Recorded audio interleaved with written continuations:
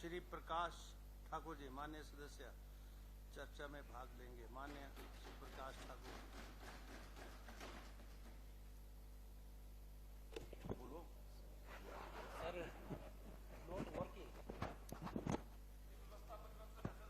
अध्यक्ष महोदय, दूसरा माइक चलाना पड़ेगा, टूट गया हुआ है। चल पड़ा व्यवस्था परिवर्तन है ना। स्पीकर प्रकाश सर, राणा जी, मैंने नाम गलत बोला ना, इसलिए प्रकाश ठाकुर बोला, तब नहीं चल रहा थैंक यू था। वेरी मच प्रकाश राणा के फॉर बोलने से चल पड़ा। माननीय सदस्य प्रकाश राणा जी। स्पीकर सर, तो ये था, ये तो राकेश मोड़ वाला है। thank you very much for giving me the opportunity to participate in the discussion of the budget that is going on in this honorable house. Speaker sir, जो बजट 2023 और 24 का जो इस माननीय सदन में आया है, और मेरे से पहले भी हमारे माननीय सदस्यों ने इसमें अपनी बात रखी है, मैं ज्यादा ना कहते हुए जो मेन बिंदु है उसी में मैं फोकस करूंगा।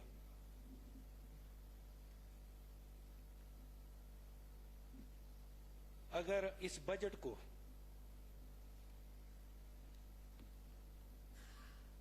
सिर्फ पैराग्राफ जो 181 है उसकी अगर 4 लाइनें हम ध्यान से उसको पढ़ते हैं और उसको समझते हैं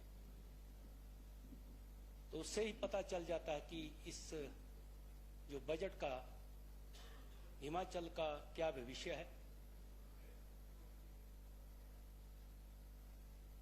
जैसे कि इसमें बताया गया है कि अगर इस बजट को हम 100 इसको मानकर चलते हैं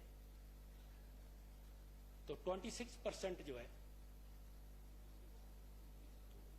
रुपीज जो है 100 रुपीज अगर इसको चलते हैं तो 26 रुपीज जो है उसमें वेतन में जाएगा और 16 रुपीज जो है पेंशन में है, 10 रुपीज जो है ब्याज में है, 10 जो है रीपेमेंट में है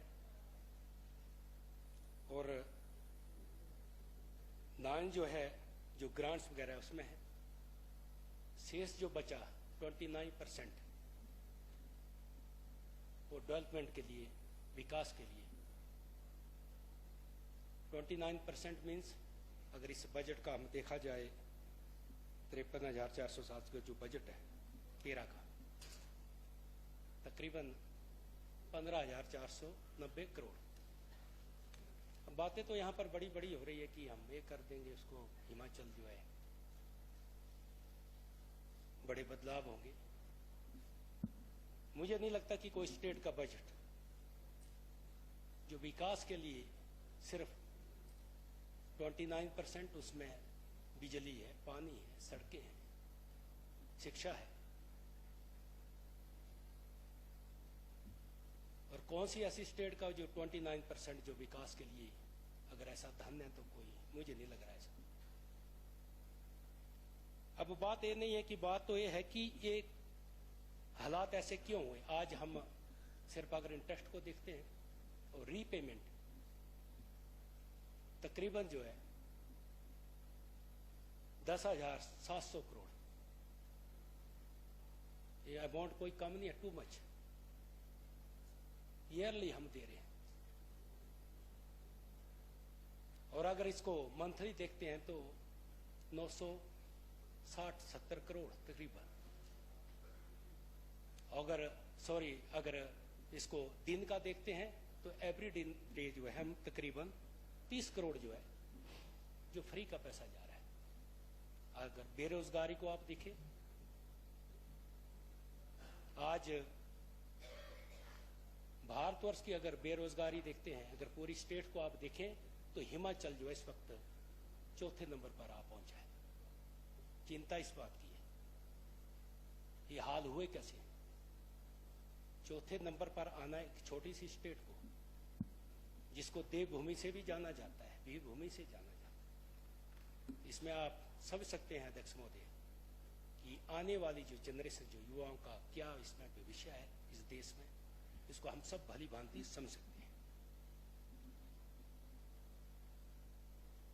आज 12 लाख करीब जो है युवा बेरोजगार है। अगर मैं समझता हूं, अगर ये जो हमें जो रीपेमेंट जो हमने कर्ज लिया है और ब्याज अगर इसको ना भरना पड़ता तो इससे हम तकरीबन 9-10 लाख लोगों को रोजगार दे सकते थे इसी पैसे से। ये है फर्क। अभी किया हुआ कैसे? अब इल्जाम बड़े बड़े लगाए जा रहे हैं, जैसे कि माननीय मुख्यमंत्री जी हमारे जैसे कह रहे थे कि भाई विरासत में कर्ज छोड़ गए, विरासत में कर्ज छोड़ गए। शुरुआत कब हुई इस कर्ज की, कैसे हुई? आजकल सबके हाथ में स्मार्टफोन है, गूगल जाओ सब देख लो। इस तरह का अगर इस सदन में जो झूठे का बोलबाल होगा वो हिमाचल की जनता उसको नहीं मानेगी। सर, अगर अध्यक्ष मोई इसको अगर ध्यान से देखें, इसकी शुरुआत में तो धन्यवाद करता हूं हमारे आदरणीय जो पूर्व में मुख्यमंत्री रहे शांता कुमार जी। जब वो मुख्यमंत्री थे तकरीबन जो मैंने देखा 1992, तो उन्होंने इस कर्ज को जीरो किया था। कुछ वो टाइम 60-70 करोड़ कुछ कर्ज था हिमाचल। लेकिन जैसे ही 93 से 98 में जो सरकार आई, उन्होंने अपने 5 साल के कार्यकाल में तकरीबन 6,000-6,500 करोड़ का कर्ज लिया। वहां से शुरुआत हुई इसकी कर्ज की। और अगली बार फिर जो सरकार आई 98 से 2003 तक, उसमें भी कर्ज लिया गया 7,000 करोड़ के 6,000 करोड़ के करीब। यानी शुरुआत जो हुई थी, अब हम कहते हैं कि हम किसी को इल्जाम नहीं लगाना चाहते। वो टाइम सरकार कांग्रेस की थी 93 से 98, और हमारे माननीय मुख्यमंत्री वीरभद्र सिंह जी थे। वहां से इस कर्ज की शुरुआत हुई, और जब ये कर्ज चला तो फिर आगे भी बीजेपी की सरकार उन्होंने भी लिया, फिर कांग्रेस की सरकार आई, फिर उन्होंने लिया, लेकिन उन्होंने लिया थोड़ा थोड़ा करके 6,000-7,000। तो जब 2012 से 2017 तक जो सरकार रही, उस सरकार ने पूरी हदें जो है ये जो कर्ज की है, लोनिंग की है, क्रॉस कर दी। 2012 तक के कर्ज 27,700 करोड़ तकरीबन था। लेकिन 5 सालों में ऐसा कौन सा हिमाचल में ऐसी आपत्ति आ गई कि 12 से 17 तक जो सरकार को तकरीबन 19,200 करोड़ का कर्जा लिया। अभी बातें तो बहुत बड़ी बड़ी यहां पर हो रही है, आप सच्चाई बताएं ना जनता को भी हुआ क्या है। और ये कर्जा जाकर पहुंच गए, जैसे हम भी 2017 में यहां इस सदन, माननीय सदन में आए, तो जब पहला बजट पेश हुआ तो मैंने देखा जो टाइम 47,800 करोड़ का कुछ कर्जा था। अब आप कहते हैं कि पूर्व में मुख्यमंत्री रहे आदरणीय हमारे जयराम ठाकुर जी, अगर वो कर्ज करके गए तो सब झूठे इल्जाम है। और मैं मानता हूं उन्होंने भी कर्ज लिया, लेना पड़ा। लेकिन ये जो 12 से 17 तक जो सरकार चली, अगर माननीय मुख्यमंत्री जयराम ठाकुर ने लिया, वो टाइम कोरोना का भी दौर रहा, बड़ा कुछ रहा, लेकिन ये 12 से 17 तक कौन सा ऐसा भाई यहाँ पर कोई तूफान आ गया था हिमाचल में? यानी एकदम जो है 4 गुना ज्यादा कर्ज। और वो जो आज जो हिमाचल जो इस चीज को भुगत रहा है, ये है सच्चाई। अगर माननीय हमारे पूर्व में मुख्यमंत्री रहे जयराम ठाकुर जी ने अगर कर्ज लिया, उससे ज्यादा भरा, अगर नहीं भरा तो यहां पर अधिकारी बैठे हैं, बता दें हमें कर्ज लिया है तकरीबन जैसे 69,600 करोड़ के करीब जब आचार संहिता लगी तब तक यहां हुआ था, इतना था। लेकिन अगर उन्होंने 20-21 हजार कर्ज लिया है तो मेरे को लगता कि कम से कम 30-35 हजार करोड़ भरा भी है। तो डबल इंजन की सरकार तो पहले भी तो रही भाई, 2003 से 12 तक सरकार नहीं थी आपकी, 14 तक। यही तो आपकी सोच आपको ले डूबी है। किसकी सरकार थी तो किसने कर्जा लिया वो टाइम, क्यों लिया? नहीं, बात ये नहीं है, बात ये नहीं है।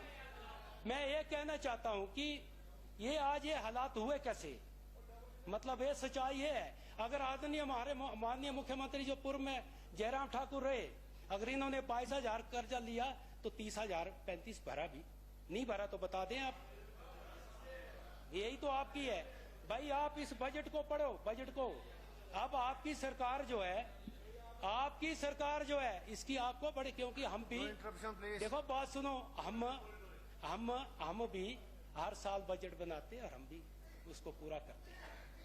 आपकी सरकार को जो हिसाब से कर्ज है 5 सालों में 60 तकरीबन जो आपने बजट बनाया ना 50,000 करोड़ आपको भरना पड़ेगा।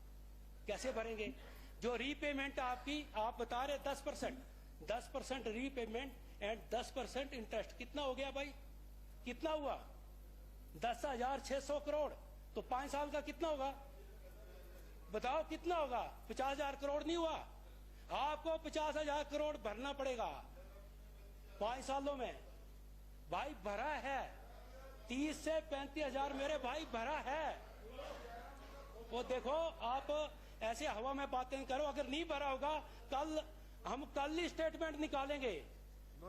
रीपेमेंट एंड इंटरेस्ट जयराम सरकार ने, आदमी हमारे मुख्यमंत्री ने 30 से अगर नहीं भरा होगा तो कल इसमें हम बहस करेंगे।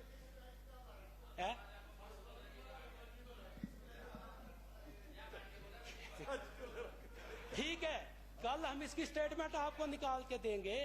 देखो, रीपेमेंट मीन ये भी कर्ज है, रीपेमेंट नहीं भरा, ये बढ़ता जा रहा है, बढ़ता जा रहा है भाई, इसको समझो, समझने की बात करो। आप समझ नहीं रहे हैं आप।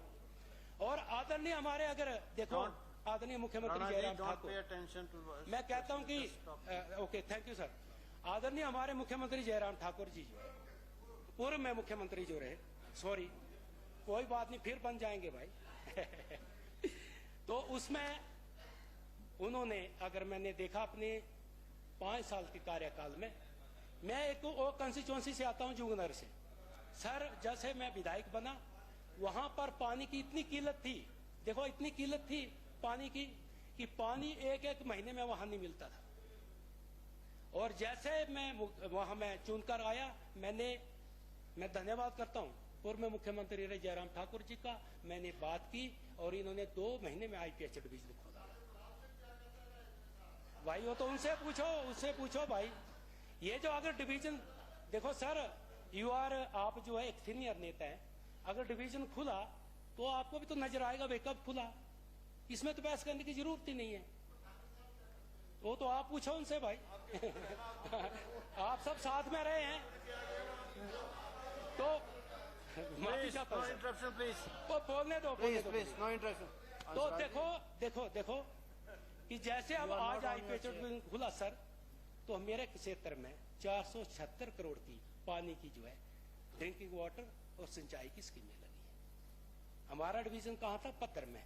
उसके बाद देखो, इन्होंने किसी के साथ भेदभाव नहीं किया है। कोई ऐसा क्षेत्र नहीं है जहाँ 300-400 करोड़ के काम ना हो। ये केंद्र का भी इसमें साथ रहा, भरपूर साथ रहा है। इसको हमें मानना पड़ेगा, इसको मानो आप। उसके बाद हमने सब तहसील मकरीडी ली, सब डिवीजन जो है PWD मकरीडी दिया, बर्ड डिपो जुगनरनगर दिया, सिविल हॉस्पिटल लटबढ़ोल ली, ITI ली, कम्युनिटी हेल्थ सेंटर लिया। यानी ऐसा नहीं कि विकास हम नहीं कह सकते, जो मैं विकास भी रहा हूं। प्राइमरी हेल्थ सेंटर हमने 3 लिए, कम्युनिटी हेल्थ सेंटर लिया, यानी विकास। मैं तो धन्यवाद करता हूं अपने क्षेत्र की जनता की ओर से और मैं अपनी ओर से कि बहुत कुछ हमें मिला।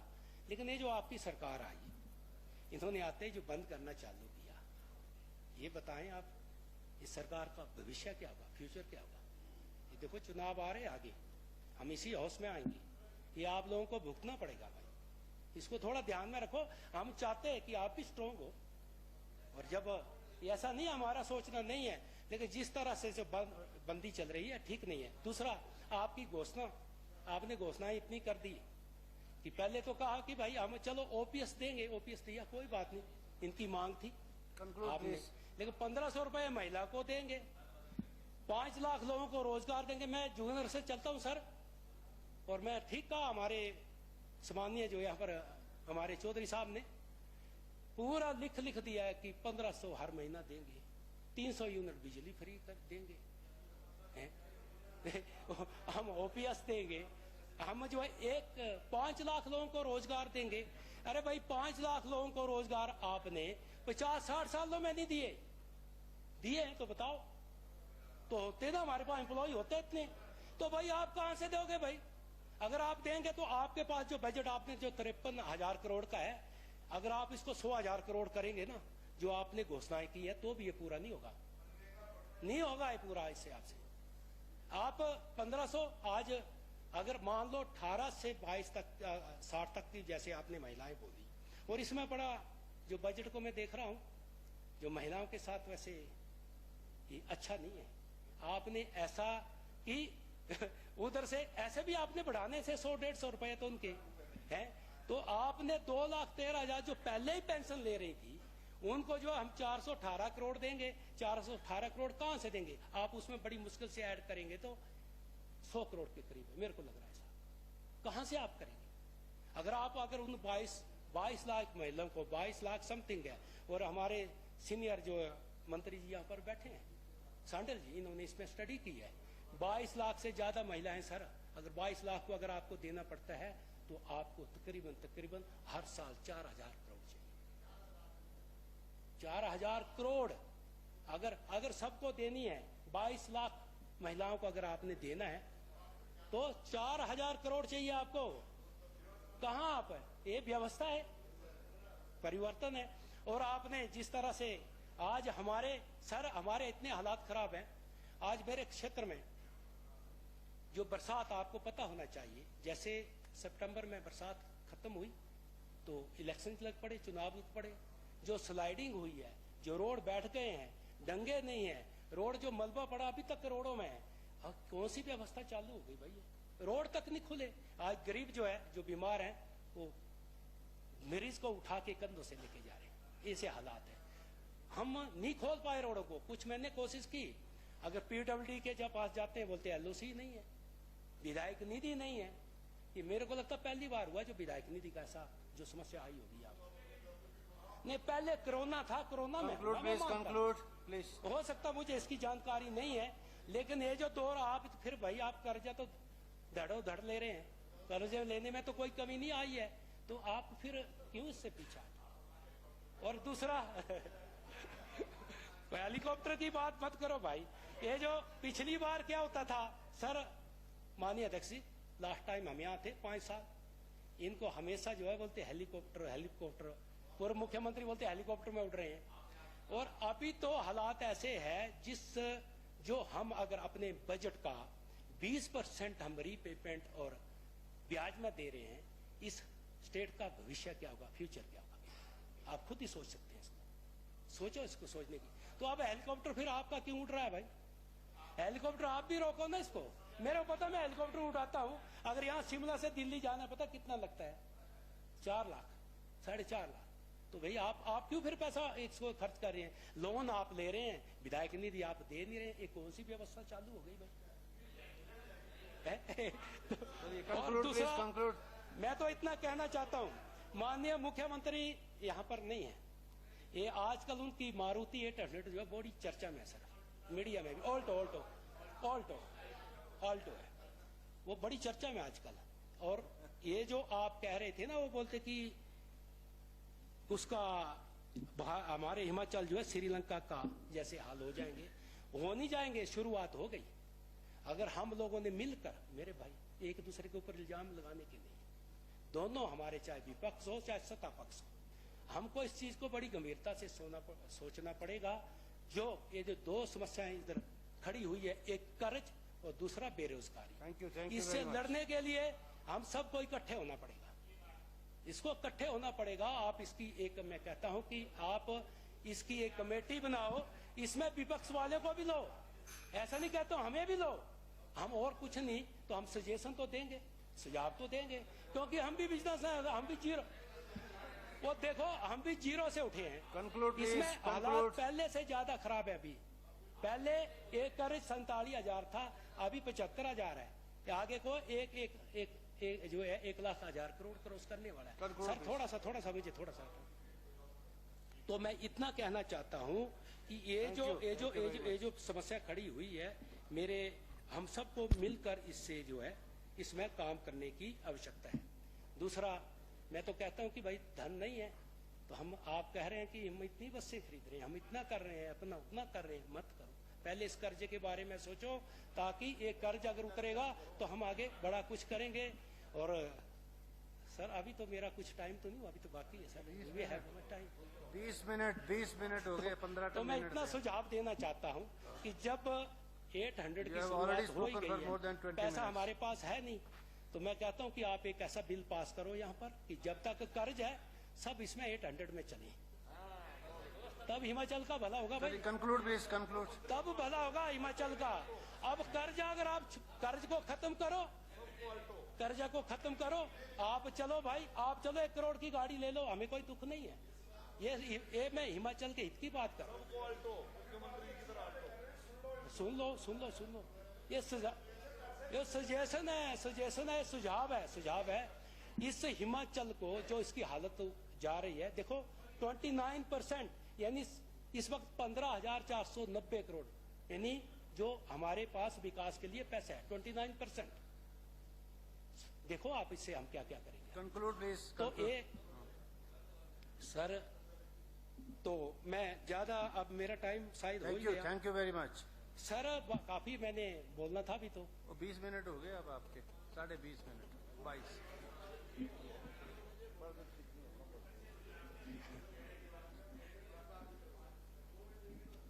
सर बजट की बात, तो अगर मुझे थोड़ा सा टाइम और देते आप तो मैं जो बातें और रख सकता था अपनी। कितने मिनट ले लें? मैं ज्यादा ना कहते हुए, चलो जो भी टाइम हो गया, सर आपने मुझे समय दिया, थैंक यू वेरी मच। और जस्ट मैं in the end just I want to say that if my words hurt someone, then I am very sorry.